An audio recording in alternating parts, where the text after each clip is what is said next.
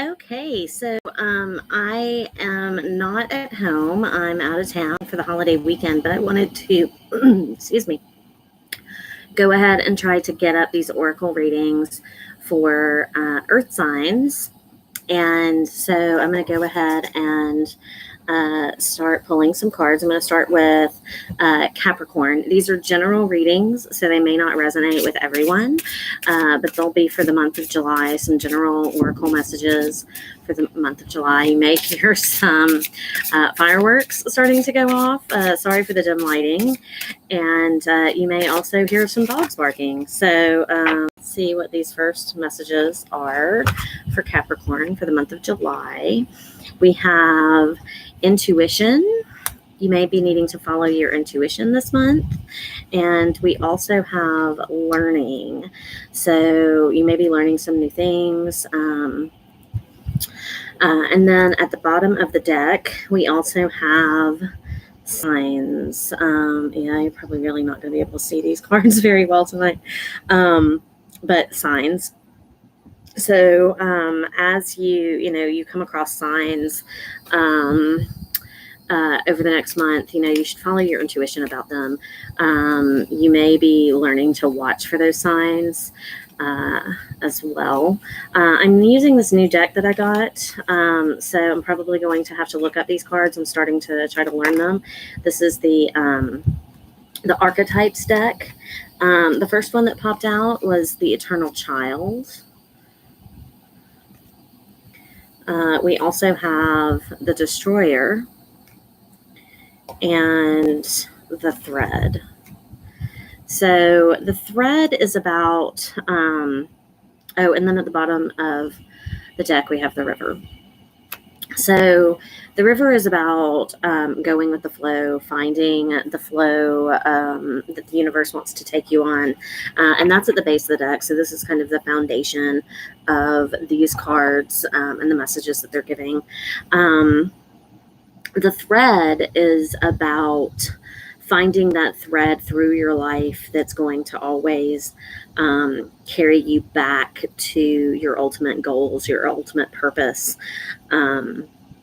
It's very much about, sometimes we get tangled up in a lot of details and distractions, confusion about which direction we need to be moving, but there's always that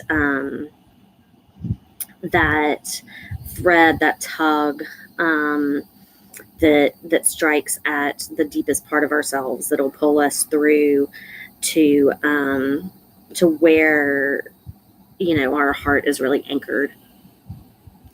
And then we have the Destroyer as well. So I'm going to scroll back in that direction. Like I said, these are new cards, so I'm having to kind of refer back to them and their meanings as I learn them. So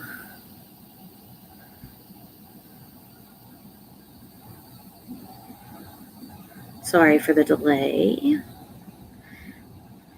The Thread goes back to also trusting your intuition and really letting that be your guide as you're going along that flow of the river. The river also has a lot to do with change and rebirth. We think of baptism, if you will, happening in the river, that the river is cleansing and provides kind of a refreshing, if you will, of the things that really speak to us, the things that guide us through. Excuse me. It may be that your intuition has been clouded lately, that you're having trouble finding the thread again. The Destroyer, the Savage, the Unexpected, the Rejected. The Destroyer is the final of the three archetypes in the trio of existence. It has necessary yet painful work to do in the world. Culturally, we have an aversion to endings, and we hang on to the permanence as a signifier of success. Yet the destroyer pulls the rug out from underneath relationships, jobs, homes, and all forms of security. It is the part of us that wants things to end. Its painful orientation is to uncover our true purpose. The destroyer does not let us linger long in comforts, as it knows not much happiness in that realm. With its piercing eyes, it seeks out stagnancy from a distance, and the rest becomes history. In the old myths, this is the moment when heads begin to roll, the ground opens up, and castles crumble. Hold on for the ride. The destroyer has arrived. The destroyer is very similar to the tower moment in the tarot. This is the point where things are being, destruction is happening so that creation, you can rebuild your life, your relationships in the way that you want your life to be. You can follow your true path, and what is existing right now no longer serves you. So that is why it needs to crumble, so that something else can rise from it, much like the phoenix rising from the ashes, if you will. So the eternal child, the inner child, the child of joy, the eternal child is connected to the timeless, ageless, and infinite aspects of life. It is radiant and fearless and seeks joy above all else at any cost. It struggles being bound to an aging body with physical limitations in a world that demands attention to detail and logistics. The eternal child wants to nix all rules and responsibilities and go beyond what others say is possible. It wants to return, with plenty of friends, to the land of the free, where divine wine and creativity pour from the earth and sky. We all want a sip from the well of eternal youth, and this makes the eternal child naturally popular, perhaps even famous. The eternal child glimmers. It reminds us of what is possible, what is magical about this precious life. So I think you may be needing to return to what is really the core of your existence at this point. What really makes you tick, if you will, and brings you the most joy. So let's get some clarifiers here, and I'm losing light. So I'm sorry that you guys aren't going to be able to see the cards very well.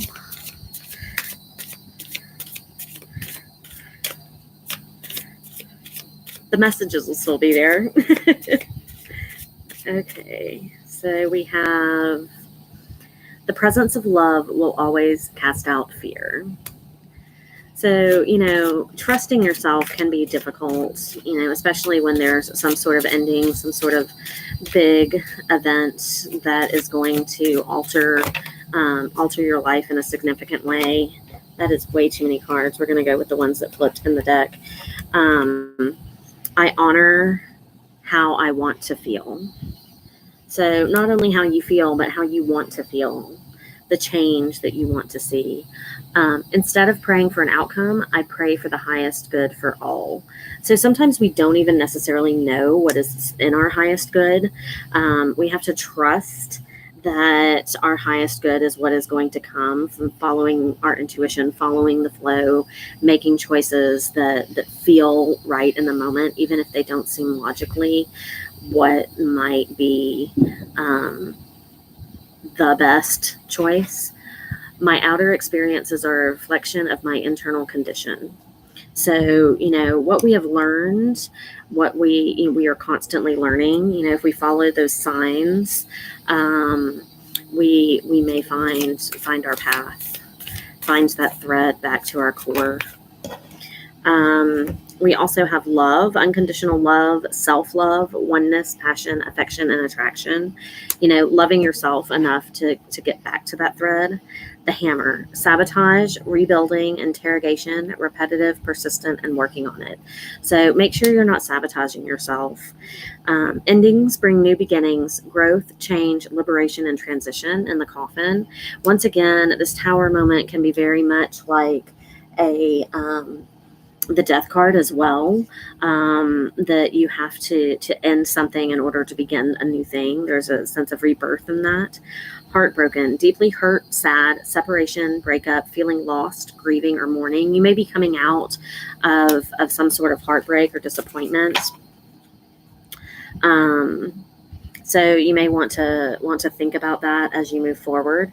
The last deck that I'm going to use is a saucy little deck, the Rebel deck Oracle, and this is an 18 and up channel, so you shouldn't be watching this if you're not 18 and up. There is some feisty language in these cards, but we'll see if they have a final message for Capricorn for the month of July. Step away from the crazy-making diet for a hot second. Kale and spirulina taste like ass. Eat some yummy shit, bacon, chocolate, beer, get some. So make sure that you're taking care of yourself, that you're pampering yourself through this. Don't deprive yourself as you're trying to find your way and your path.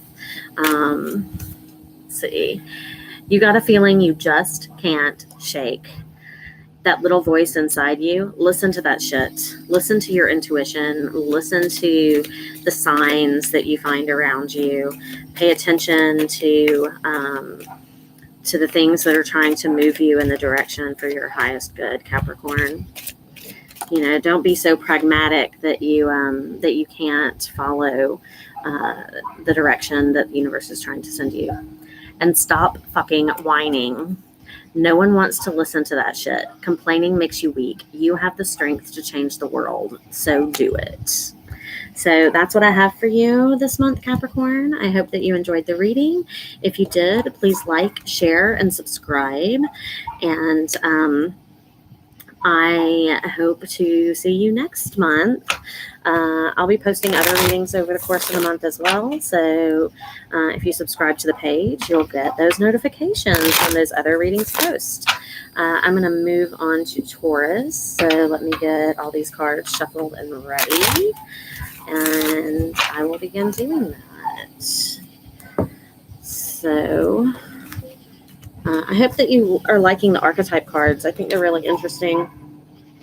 So there's just a lot of cards in the deck that I'm trying to learn slowly but surely, getting a better sense of them. So, I think it's kind of difficult sometimes for earth signs to really tap into their intuition and trust their intuition because they tend to be so grounded and practical. So you might want to think about that this month, Capricorn.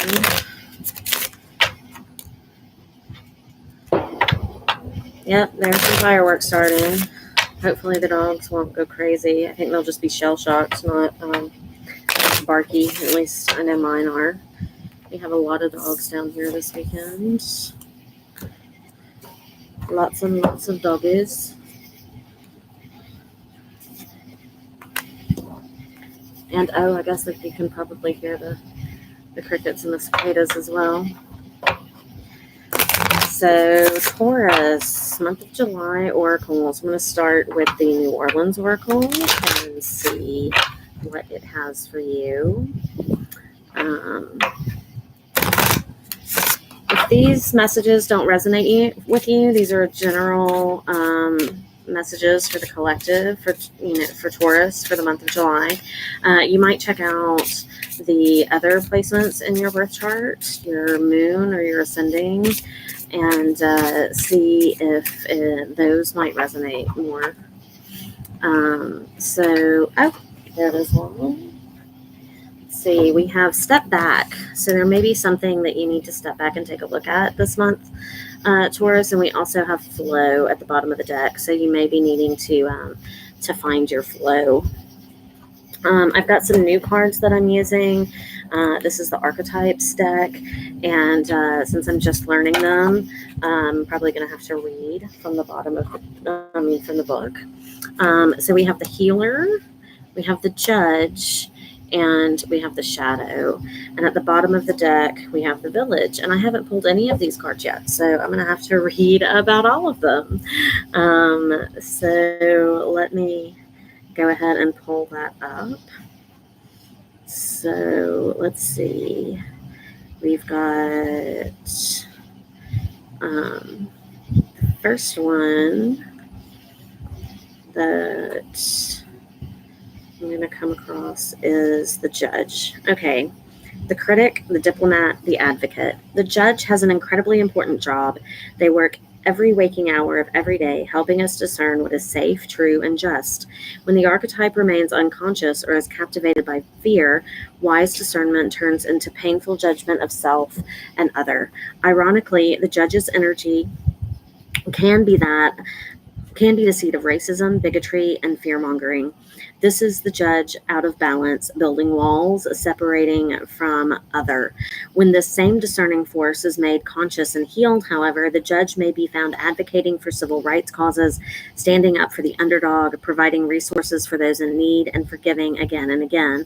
Love is the deciding factor. Awakening this archetype is essential for the complex times we are in. Get your judge in order. The world needs it. So the judge is very much about balance. And you may be needing to step back to find the balance in your life right now. You may be finding that things are a little out of balance and feeling off kilter in your life right now. And the way that you're going to regain your balance is by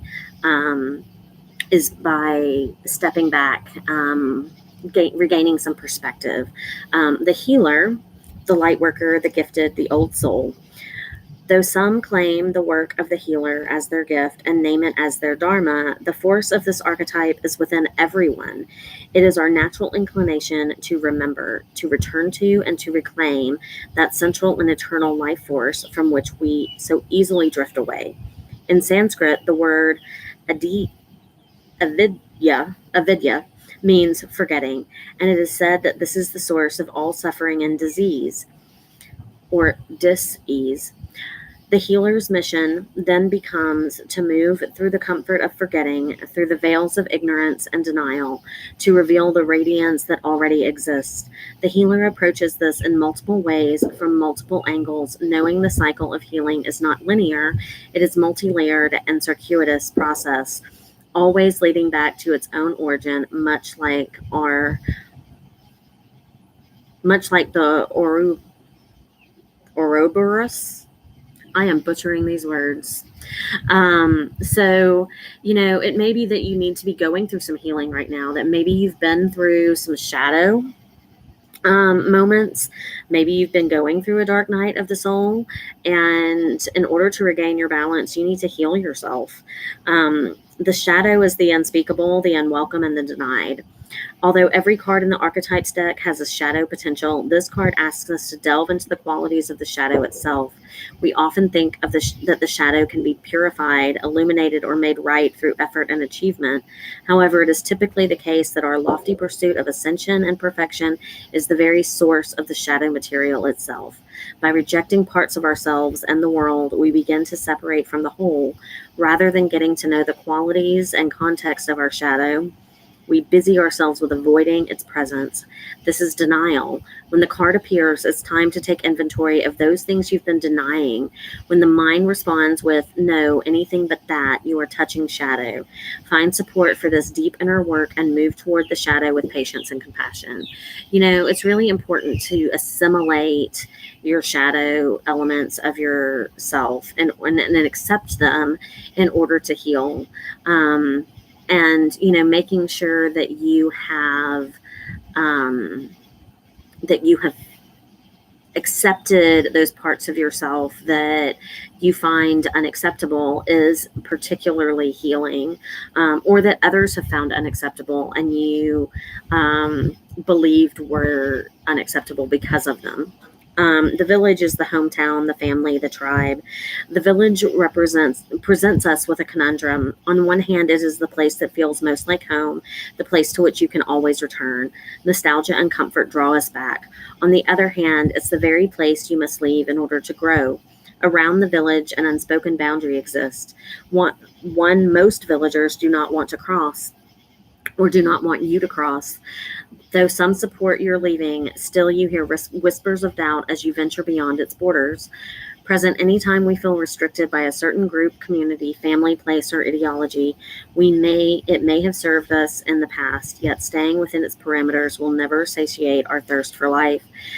Thank the village for all it has provided, knowing you will someday return. For now, the world awaits. You may be needing to step out of your comfort zone in order to confront something. You may be needing to step back and gain some perspective on the structures that have defined you in the past, on the things that you've considered home and accepted. Those things may have left you feeling a little out of balance as of late, and you've been struggling to find that perspective. Those things may have caused the hometown, the family. You may be having some family issues. When I lean on certainty and faith, I change my mind about the world I see. There may be something in your environment, your world, that has provided some contention or frustration, some conflict recently that you're going to be dealing with and healing from in the month of July, Taurus. I surrender to a power greater than me. In any moment, I can surrender to the powerful presence of love through prayer, contemplation, and stillness. I think that goes to stepping back. You may need to get some perspective by stepping back. My faith has the power to turn trauma into healing, conflict into growth, and fear into love. These shadow elements that you're dealing with may have a lot to do with some, unresolved trauma from the past, trauma from home and family, and some of the structures that you've come from, or the ideologies that you grew up with. Wedding rings, union, wedding, married, soul connection, eternal love, everlasting promise. This might have something to do with a foundational relationship in your life, karmic relationship, fleeting triggers, turmoil, resentment, lessons, letting go, and loving you. This could have to do with any interpersonal relationship. The wedding rings could be, your parents, not just you, but it also could be your own marriage or committed relationship. Healing heart, healing from heartbreak, freedom from toxic relationship or addiction. So once again, this could be any foundational relationship in your life, but I think that you've got healing that you need to do in order to bring your life into balance this month. And this last deck that I'm going to pull some cards from is a snarky little deck. This is an 18 and up channel, so it's got some adult language in it, but I think that it's really fun and to the point, so I'm going to end with it. This is the Rebel Oracle, and it says, "You are giving too many fucks. Give zero. You are going through some tough shit. Everyone has their turn. Welcome to yours. Gather your tired ass up and handle it." So this, seems like it might be a little bit of a tough month for you, Taurus, but the universe has your back, and you'll get through it. I think you just need to take a step back and not, do things for others. Focus on yourself. Winning. You got a good thing going. Don't ruin that shit. So it may be that if you keep focusing on you and not other people, what other people are saying, what other people are doing, focus on your own healing, focus on, assimilating all of the different shadow elements of yourself and your past, with reconciling those with your understanding of yourself. I think that that might, sorry, I just tilted the camera. I think that might help you handle this tough month. Anybody who's not a positive influence on your life, anybody who's not a supportive person this month, I think, you definitely need to consider their role in your life and whether or not that's something you want to continue, or what level of contact you have with them this month. I think it seems like from these messages that you need to be focusing on yourself, focusing on your healing, focusing on what you can and cannot control. I think very often we forget that not everything is within our control, and what causes us the most friction, the most angst and pain is when we try to control things that we can't. So, particularly considering how earthbound and practical, comfort-seeking, very, industrious Taurus is, and wanting that security that is provided by family and friends and those foundational relationships. I think, those are things that you need to be thinking about this month, Taurus. So I'm going to go ahead and move on to Virgo now. I apologize for the lighting. I'm out on the porch. I'm not at home this weekend, but I wanted to go ahead and try to get the Earth signs reading out for the month of July.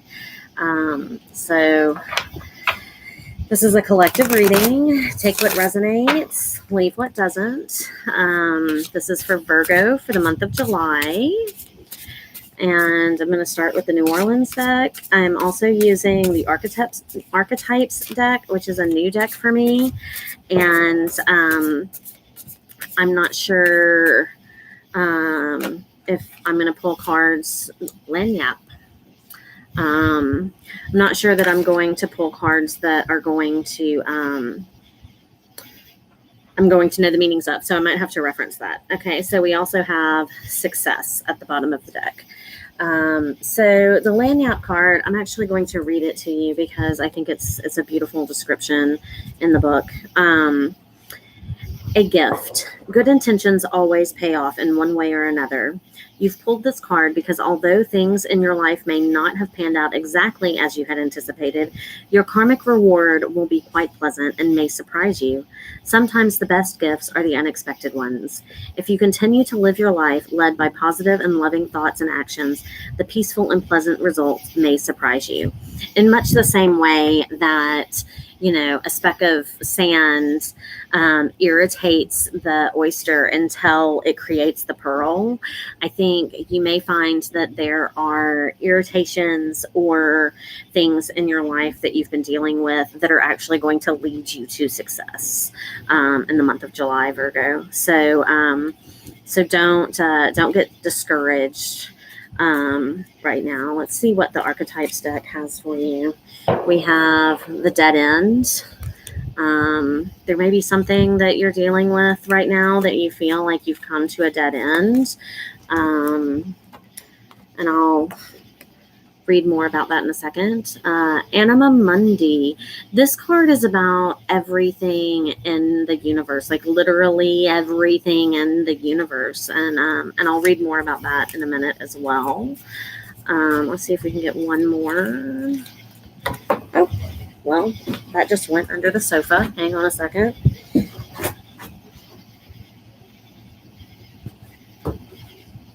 Oh, that's a whole stack of cards that went under the sofa, so we're not going to take those. Let's see what we have at the base of the deck. We have the Desert. So we go ahead and pull those up. So I know that this one is at the very end.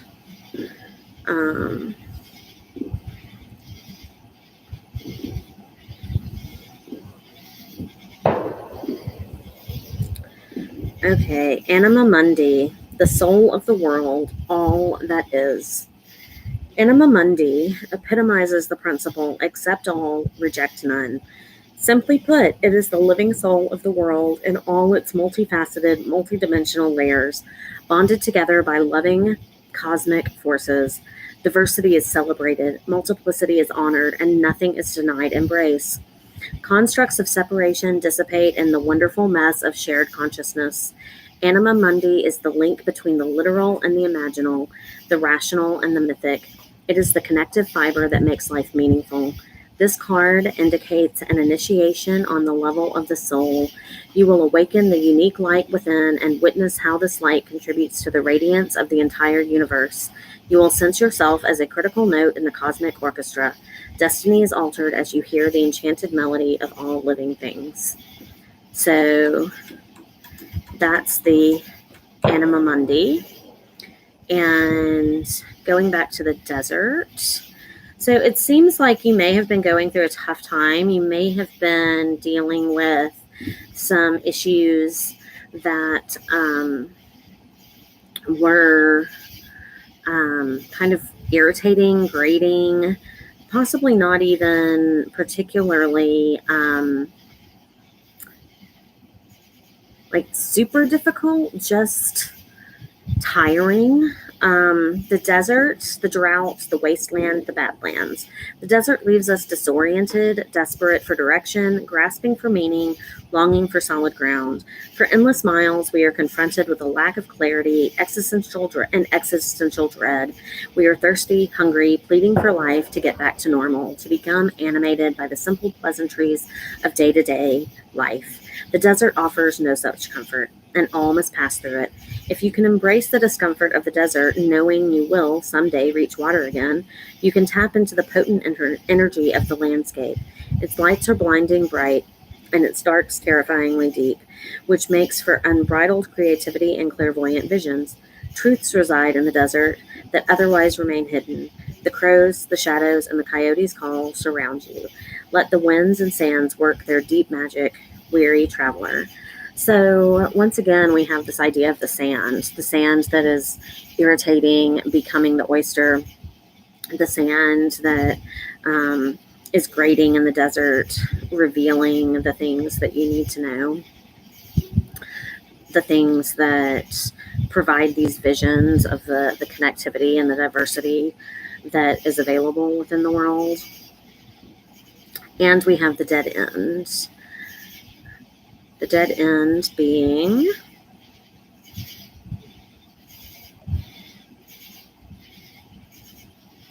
it's so difficult to read Roman numerals sometimes. I think that I passed it, so I'm going backwards.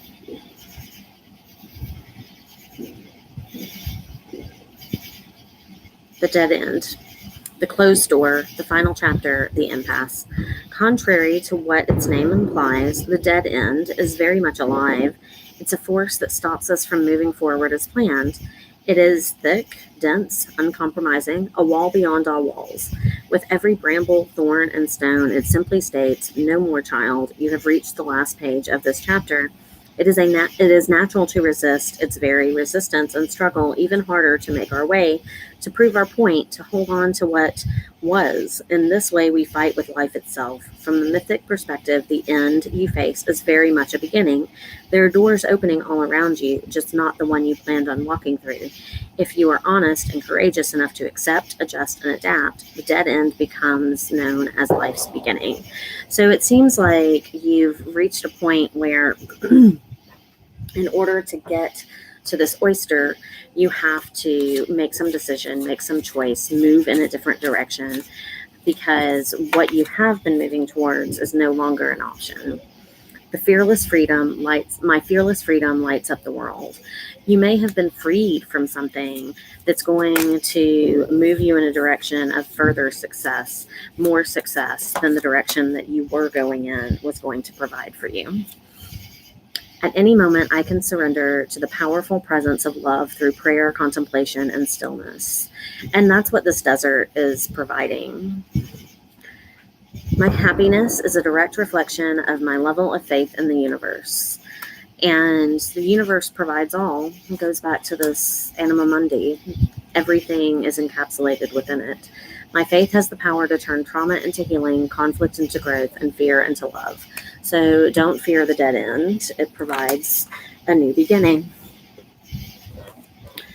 Let's see what other messages we might have. This could be in terms of work, career. It could be in terms of relationships, or really any different aspect of your life that you feel like there's some sort of ending. You're going to get some clarity, and there will be success in this new path that's, these new opportunities that are coming through. Let's see, messages for Virgo. Messages for Virgo for the month of July. Angels, spirits, guides, ancestors. Can we get some messages for Virgo? Let me go ahead and shuffle these again. This is also a new deck, so it's a little bit sticky. Sometimes it doesn't really want to go. Ah, there we go. And once again, on the floor. Twin flames, yin and yang, zen, balance, union, duality, coupling, complement each other. So this may be a personal relationship. It may be that you're trying to find some sort of balance. Maybe it's work-life balance. Maybe it's balance in a relationship. It could be family. It could be a romantic partner or a work partnership. Passion, insane chemistry, like each other equally, and having fun. It seems like this is more of a romantic relationship, but once again, you can have passion for your career and your work environment. So it doesn't necessarily have to be romantic. Let's see if we can get any final messages from this deck for Virgo. Virgo, any last messages? Here we go. We have mirror, mirroring each other, self-image, relationships reflect our wounds, introspection. So you may be going within this desert. Girl talk, time with friends, moving on, happily single, living in the moment, having fun. So you may need to, take some time to lighten up and enjoy life as you go through this period, this shift. And not enough, frustrated in a relationship, lacking confidence, self-sabotage, fear and ego issues, and jealousy. So this might be what this dead end is, that you're feeling like you're not enough in whatever situation you're finding yourself in, and that's why it has become a dead end. So the last deck that I'm going to pull from is the Rebel deck. It's a sassy little deck, and this is an 18 and up channel. There's some language in it, and you shouldn't be watching it if you're not 18 and up. So we've got $3 signs, and it says, make it rain. So if you might be having some career options coming your way, and that might move you away from this dead end. It might be time to focus on career for a little while, focus on your money. Let's see what other messages we have. Okay. Step away from the crazy-making diet for a hot second. Kale and spirulina taste like ass. Eat some yummy shit. Bacon, chocolate, beer, get some. You are giving away your power. You are a badass. Act like it. You equals tight ass. Loosen the fuck up, control freaks. Don't get laid. So I hope that you enjoyed that reading, Virgo. If you did, please like, share, and subscribe. I'm trying to build this new channel, and I would appreciate your help with that. If this didn't resonate with you, then please take a moment to check out your moon sign or ascending sign. Check out your birth chart and find out what those placements are. And please check out forthcoming videos. You'll be notified of them if you subscribe to the channel. And I hope that you have a great July, and I'll be posting more as the month goes on. Thanks.